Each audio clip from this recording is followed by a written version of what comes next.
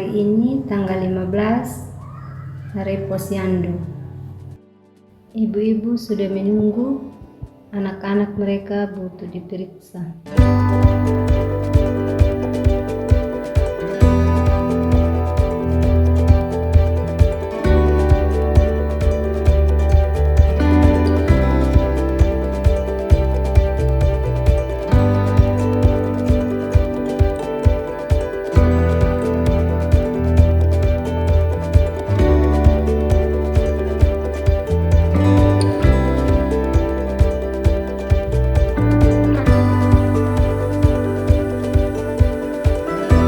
Tidak ada dokter di desa kami.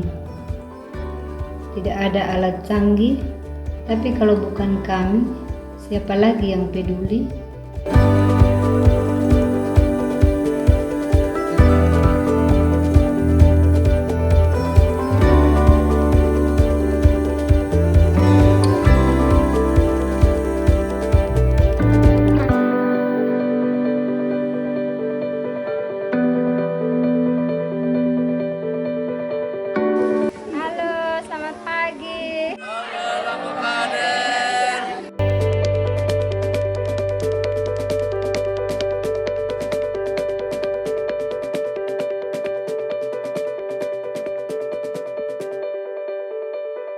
Yang penting anak-anak sehat, itu sudah cukup.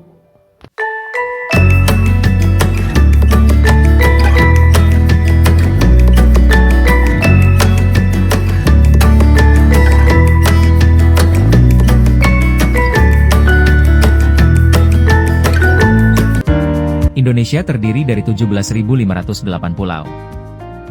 Di Pulau Jawa, gedung-gedung megah menjulang. Tapi di pulau-pulau di Nusa Tenggara Timur seperti di Sumba, kenyataannya jauh berbeda. Di Sumba Timur, pusat-pusat kesehatan sering kekurangan dokter, alat medis, bahkan obat-obatan. Anak-anak, ibu hamil dan lansia menjadi yang paling rentan. Namun, di tengah keterbatasan, harapan selalu tetap ada. Ibu Orienti Iwa, seorang kader kesehatan, selalu hadir setiap tanggal 15. Di teras posyandu di desanya, ia bersama-sama kader posyandu menyambut ibu-ibu yang datang membawa anak, ibu hamil diantar suami dan lansia.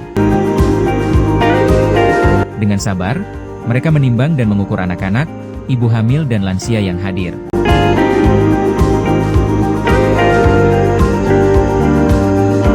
Saya kurang lebih sudah 10 tahun menjadi seorang kader.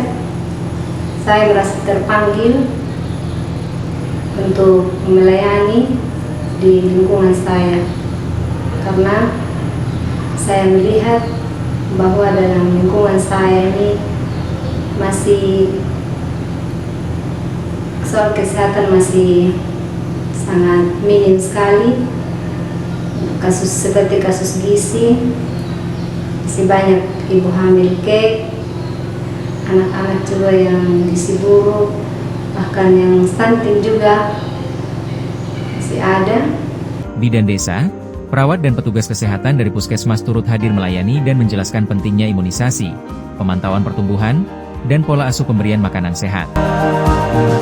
Kami di Desa Umamanu ada 3 posyandu. Yang pertama ada Mangga 1, itu di Pustu, Mangga 2, dan Mangga 3. Nah, untuk 2 posyandu ini yang agak jauh dari Pustu, dan akses yang paling susah itu di Mangga 3, tapi masih dijangkau dengan motor. Tapi tantangannya kalau musim hujan seperti ini, jalannya lumayan licin dan ekstrim. Posyandu menjadi ruang belajar bersama dan saling berbagi, bukan sekadar tempat pemeriksaan. Kita manfaatkan potensi lokal yang ada di sekeliling kita. UPK MCD Bethesda Yakum mendampingi para kader melalui beberapa pelatihan, seperti nutrisi sehat, pembuatan makanan berbasis pangan lokal, perilaku hidup bersih dan sehat, hingga penyehatan tradisional.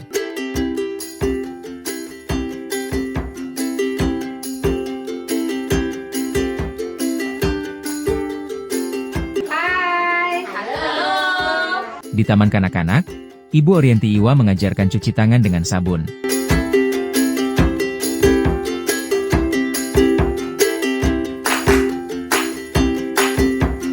Menggunakan peralatan sederhana, anak-anak belajar dengan riang tentang kebiasaan sehat sejak dini. Sebelah lagi, ganti lagi.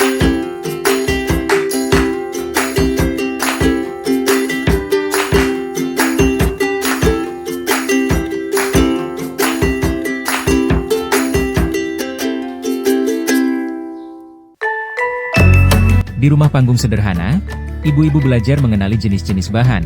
Ini ada halia, ada serai, ada temulawak.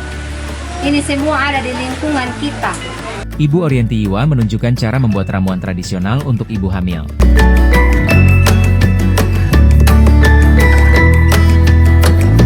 Pelatihan ini menggabungkan pengetahuan turun-temurun dan pendekatan modern, karena kadang, solusi terbaik ada di kebun sendiri.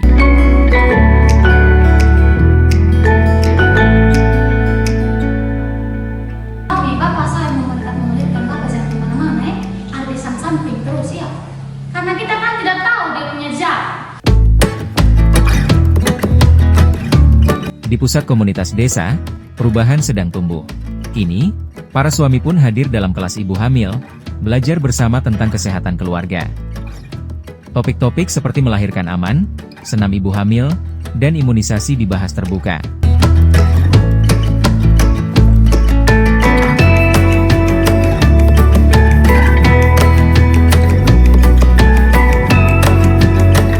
Keterlibatan suami ini adalah langkah kecil menuju perubahan budaya yang besar.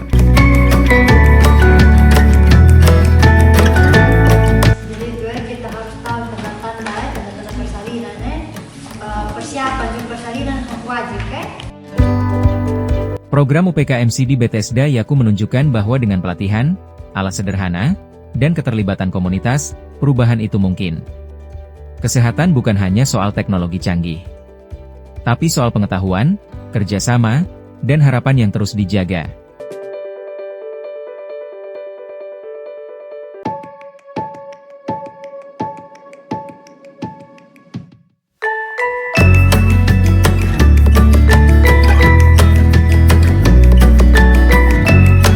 Dari salah satu pulau di Nusa Tenggara Timur, perempuan Sumba Timur seperti Ibu Orienti Iwa membuktikan, satu orang bisa jadi agen perubahan.